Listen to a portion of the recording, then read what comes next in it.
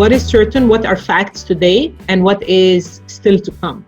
And I think if we look at the situation where we are today, what is a fact is that we don't know anything yet. We don't know how the future is going to look like. We can prepare for it. However, we have to be ready also for other changes. We've got certain locations like China where, let's say, life is back to normal. People are back into the offices. The factories are operating, obviously, with the measures that we have implemented during the COVID crisis. And more so, it has increased.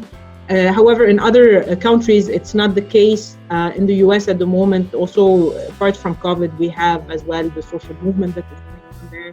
We need to live the day by day without really preparing for a long-term plan or a future that we are uncertain of. And yes, the leaders, some of them, they say, yeah, the virus is going to be there for 20 years, or some of them, they would say, oh, this is nothing, we're going to go back to the office and everything is going to be fine. At the end of the day, we are the ones who have to provide the data and the information in order to make the right decision. The main priority is our employees' health and well-being. And it's not just the physical health, but it's also the mental well-being. We're running every 2 weeks surveys just to check how employees are doing and seeing how they feel about the whole situation, not just for working from home. That we already have enough data to kind of tell us how people feel. But how are they evolving in terms of their mental well-being every 2 weeks? Because what you see 2 weeks ago is that people saying, yeah, everything is fine. And now you see a drop, let's say, on certain questions or certain, let's say, topics or areas of the day-to-day life. And I think that this is something that we need to monitor, and this is what we need to focus on, what we are actually focusing on at the moment, until we know how this is going to move forward.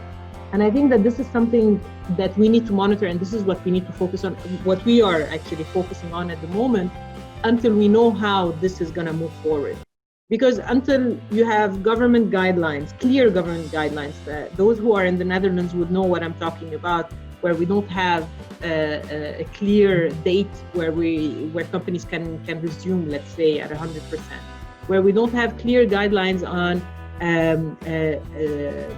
air travel, and then so people can conduct their business trips, and so many other things. And there's the economical part, which we will not go into now, since we're talking about people. I think that we need to focus on what we have today and deal with what we have today, while preparing, of course, for later on. One of the projects that I am working on is all the best practices that we're having during this phase, and how can we take those best practices and then make them like a permanent practice as we go along there. So again, going back to the priorities of today, I think it's in trying to deal with the situations that we have and that arise day after day. Whether it's the office comeback, whether it's for example, one of the things we're trying to deal with is the vacation days. We have people who are, by the end of the year, will lose around 20 days of vacation, and in our policy, we don't pay it back. So how do we deal with this? So those are the things that we're trying to kind of find a solution on a temporary basis, so that whenever we have more light or more data on how things are going to move forward, then we can build the plans. That's my 2 cents. So I think it's very cultural, and that is also, it shows how the speed of recovery. If you look at China, I think China should be a very good example for the rest of the world on what to do and what not to do when it's time to come back or an indication. But China bounced back very quickly. The country is open. They put measures and guidelines which would not be applicable elsewhere. We talked about this in the last call. But I think it's very cultural, and the comeback is going to be very much cultural.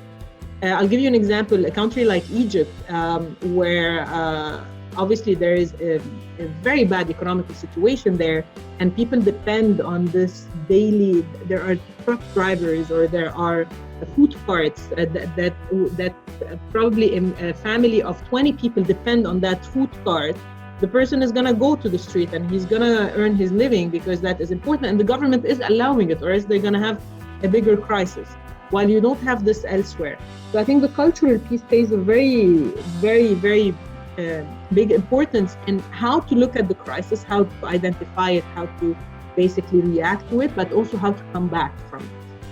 Company's behavior and the way that the company acts during the crisis is gonna basically either retain employees afterwards, or it's gonna basically, so you're showing your true colors and your leadership style during this crisis in order to have it paid off later on. So it's proving to the business that the role of HR is critical in times of crisis. But I think the new revelation, or what is gonna basically help in the future in putting the HR function as a stronger partner in the table, is the realization not on our role, but the importance of people.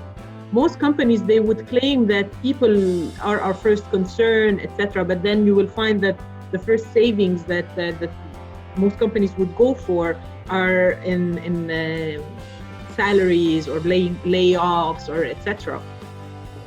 And I think that now with the crisis, with the response of people, how employees are actually able to perform and helping a lot of companies also to ride through the wave is proving this.